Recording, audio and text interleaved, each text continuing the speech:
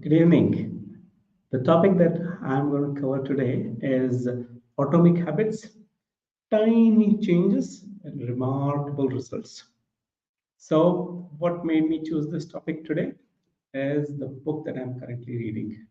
And this book is Atomic Habits, Tiny Changes, Remarkable Results. It's by James Clear.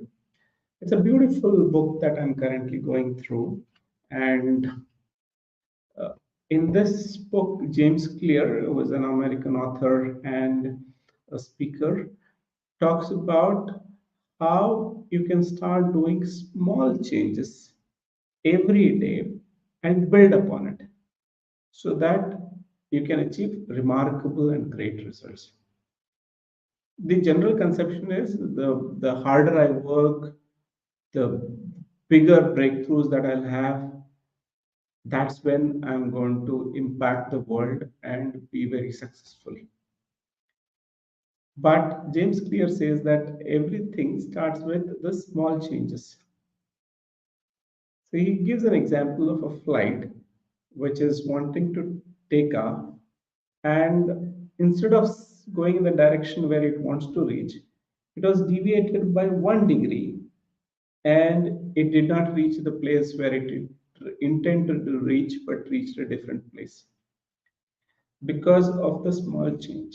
Now, that is in the negative sense where the flight did not reach the location where it was scheduled to go. But then look at it from the perspective of habits, bad habits, and good habits.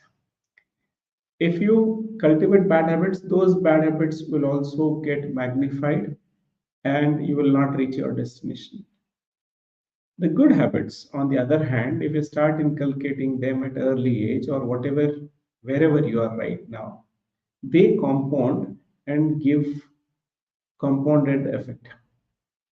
If you are having money in fixed deposit, the way in which the money compounds and gives you the compounded effect, the same way habits also have a compounding effect, is what James Clear tells.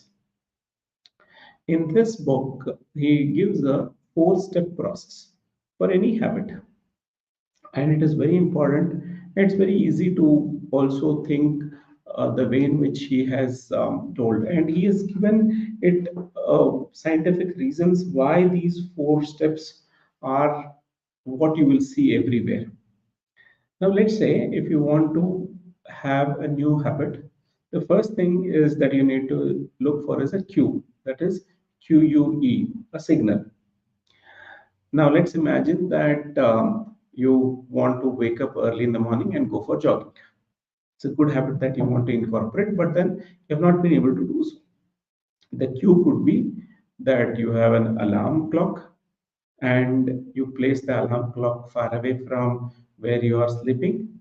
So while the alarm clock goes on in the morning at 5 o'clock or 6 o'clock or 7 o'clock, you wake up, you reach to the alarm to switch it off, and now you feel that, okay, the reason why I had kept alarm was that I wanted to go for a jog. So that is the cue. Alarm is the cue. The craving. Now look at this as to what is the color of the shoes that you like, which is your favorite shoes, Nike, Adidas, which one you have been thinking of possessing for a long time. What are your trousers or suits that you want to wear while you are jogging? Second thing after cue is the craving. Once you switch off your alarm, you see that okay, there are this new pair of shoes, new pair, this pajama which you want to wear, and a new shirt that you want to wear during the jogging. So you see them. So there's a craving.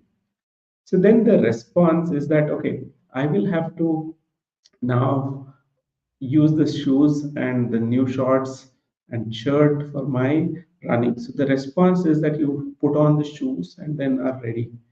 And the reward is after coming back from the run, the sweaty feel, the feel of becoming lighter and having accomplished to do something what you wanted to do on that day is much stronger, and that's the reward you get. Now, this is on a positive sense. Now let's say how negative habits also get developed. Look at the when you are going to a shopping mall and you are almost done with all the purchases. You have had a lot of greens from the vegetables on your cart, and as soon as you reach the checkout counter, there's a queue, and that queue is the chocolates that are kept there, or something which attracts you. So that's a cue from the shop. And the next thing what you do is that it increases the craving. It makes they have made it so attractive, so easy to buy that you start craving. The response is that you pick that item and put it in your basket. And the reward is after you eating that, you feel very nice about that chocolate or ice cream. But in this entire journey, the reward was only there for that moment. And as you start doing it time and again, you feel guilty about why did I have that chocolate? Why did I have that ice cream? So I wanted to stress upon James Clear talks about the four stages that works for both good habits as well as bad habits. First is the cue, second is the craving, third is the response, and fourth is the reward. And for you to inculcate new habits, make the queue very, very visible. You have to make sure that if you want to, let's say, cook healthy meal tomorrow, make sure that you have all the ingredients ready. The queue is as soon as you reach to the dining table, you have all the ingredients ready and it is ready to cook. So make it very much accessible. The second thing is craving. Make it very attractive. You keep all the items in such a way that it's very easy for you to cook. The third thing that you do is the response. When you look at it, uh, you make the response easier. You make it easier to cook. For example, pre-cut all the vegetables the previous night, so it's not difficult for you to cook. And the fourth thing is reward. Make the reward more satisfying. So let's say having that salad which you wanted to have for a long time, and then the taste of it, make it tastier, make it more satisfying. So this four step of cue, craving, response, and reward, if you follow, you will inculcate new habits. And by looking at this the other way around, you could also come out of your bad habits. So this is the series one of the book that I'm currently reading. I'm almost there to page number 80 or so in this book, and it's a very interesting and nice reading. And I'll keep you updated about rest of the chapters.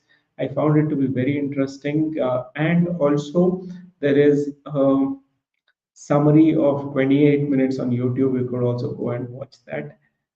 It's an interesting book.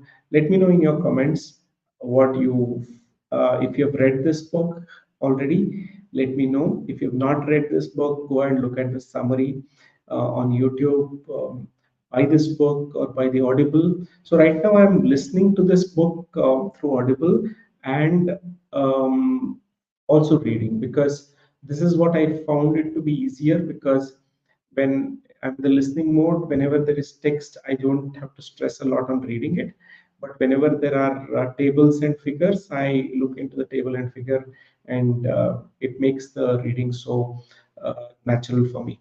So let me also know in the comment section, you're more of a visible person or an audible person. So I would like to mix both of them. I'll come back to you with the rest of the book in the next couple of days. Till then, see you tomorrow.